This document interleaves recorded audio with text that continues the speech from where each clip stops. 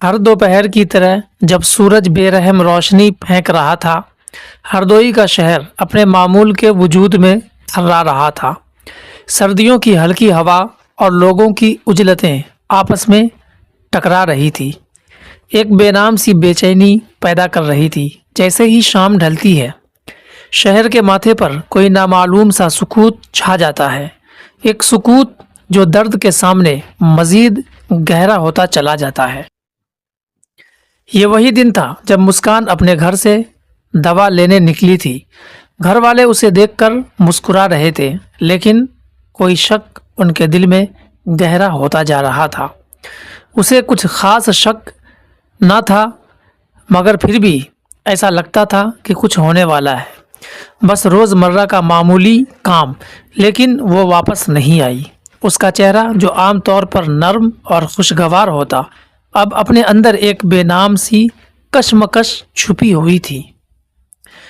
اسی شام رتیش اپنے بھائی سے بولا کہ اسے ہردوئی آنا ہے۔ وہ اپنے دل کے اندر تو ایک پوری دنیا لیے چل رہا تھا، لیکن اس کا دل، اس کی خواہشیں، اس کا وجود، سب کچھ ایک دردناک انجام کی طرف بڑھ رہا تھا۔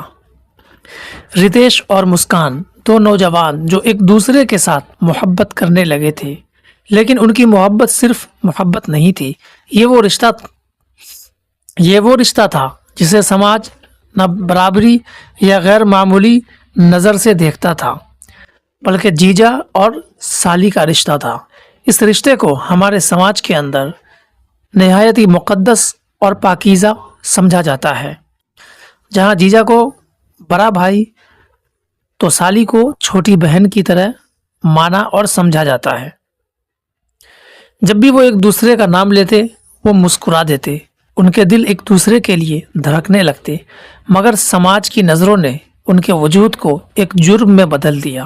شہر کے کچھ لوگوں نے کہا، یہ رشتہ غلط ہے، یہ برائی ہے، ہمیں اسے روکنا چاہیے۔ اس دباؤ نے ان کے دلوں میں ایک ایسی کشش، یا یوں کہہ لیجئے کہ کشمکش کھڑی کر دی جو کسی نے بھی محسوس نہیں کی، یہاں تک کہ گھر والے بھی اس رشتے کو محسوس نہ کر سکے، اور شاید انہیں اندازہ ہی نہیں ہوا کہ آگے کیا ہو سکتا ہے۔ لیکن ہر دن وہ رشتہ ان کے دلوں میں مضبوط ہوتا چلا گیا۔ اس مضبوطی کی وجہ سے محبت تھی یا انکار یا پھر دونوں کا امتراض، جو خود ایک دم گھنے پر اسرار لبادے میں لپٹا ہوا نظر آنے لگا۔ وہ رات جو شاید کبھی بھولی نہ جائے، رات تقریباً 3 بجے کے لگ بھگ، کوئی نہیں جانتا تھا کہ وہ دونوں کس سمت جا رہے ہیں، نہ رتیش اور نہ ہی مسکان کے گھر والوں نے۔ ریلوے ٹریک کے کنارے ایک سنسان جگہ، روشنیوں کی ہلکی چمک تھی اور ٹرینوں کی آواز دور کہیں گونج رہی تھی۔ شاید وہ وہاں کیوں آئے تھے کسی کو پتہ نہیں تھا، یا شاید انہوں نے سوچا تھا کہ یہ ٹریک ان کے درد کو اپنے اندر جذب کر لے گا یا ان کے درد کو دور کر دے گا، یا شاید یہ وہ جگہ تھی جہاں دونوں آخرکار خاموشی کے لیے، ہمیشہ کے لیے ایک دوسرے کے ہونے والے تھے۔ ان کی آخری شام اور ان کی آخری باتیں، وہ آوازیں جو کبھی دل کی گہرائیوں میں لوہا بن کر کٹتی تھی اور مٹھاس کی طرح اتر جاتی تھی، یہ سب خاموش ہو چکا تھا۔ صرف وہ جگہ، وہ ٹریک اور وہ رات جو اب ہمیشہ کے لیے ایک خاموش گواہ تھا۔ صبح سویرے جب شہر کی نیند ابھی تک پوری طرح کھلی بھی نہیں تھی کہ ریلوے ٹریک کے قریب سے کچھ لوگوں نے کچھ دیکھا اور شور مچایا، ایک ایسی چیز جو کسی نے کبھی سوچا بھی نہ ہو، خاص کر رتیش اور مسکان کے گھر والوں نے۔ 2 اجسام جو ٹکڑوں میں بکھرے ہوئے تھے، جیسے زندگی نے انہیں چھوڑ دیا ہو یا پھر خود درندگی نے ان کے وجود کو آخری الوداعی کلمات کہے ہو۔ پولیس کو اطلاع دی گئی۔ جب پولیس پہنچی تو وہ منظر دیکھ کر سب دنگ رہ گئے۔ بدن کے ٹکڑے کئی حصوں میں بٹے ہوئے تھے۔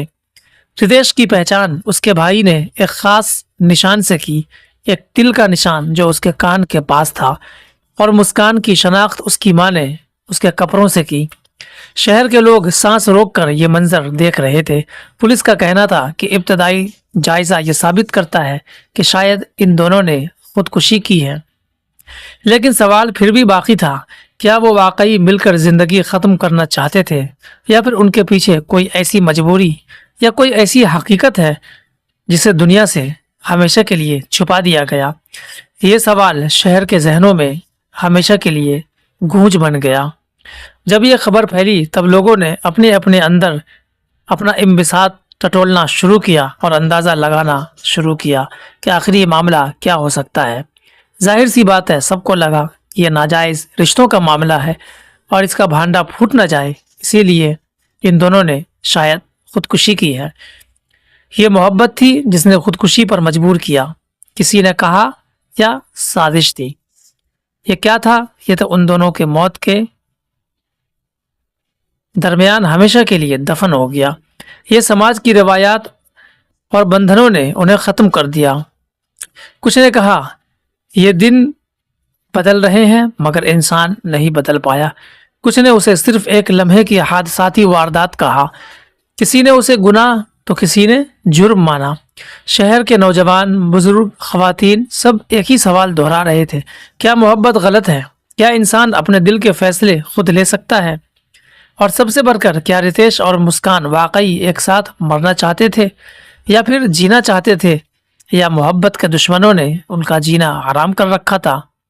وہ ریلوے ٹریک اب بھی وہی ہے، وہ رات، وہی تاریکی، سب کچھ وہی ہے، بس اگر کچھ نہیں ہے تو مسکان اور رتیش، وہ دونوں نوجوانوں کی خاموش داستان اب بھی ہوا میں گھومتی ہے۔ زیادہ لوگوں نے اس واقعے کے بارے میں سنا لیکن کم لوگوں نے ان کے دل کی صدائیں سنی۔ یہ کہانی صرف دو نوجوانوں کی داستان نہیں، یہ سماج، محبت، روایات، انسانی خواہشات اور انصاف کی ایک کشمکش ہے۔ کیا ہم واقعی جان پائیں گے کہ ان دونوں روحوں نے آخر ایسا کیا محسوس کیا کہ اتنا خطرناک قدم اٹھانے پر مجبور ہو گئے؟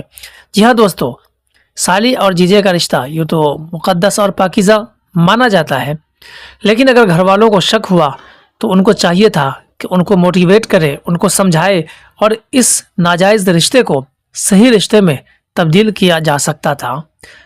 جیسے کہ وقت پر اپنی بیٹی کی شادی کسی اور جگہ کروا دی جاتی تو شاید اتنا بھیانک انجام نہیں ہوتا۔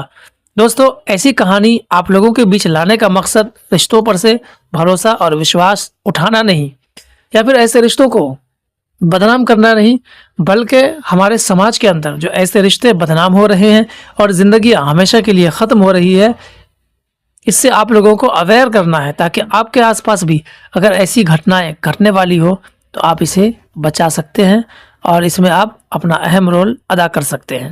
یہ ویڈیو اچھی لگی ہو تو اسے لائک، شیئر ضرور کریں۔ چینل پر نئے ہیں تو چینل کو بھی سبسکرائب کرنا نہ بھولیں۔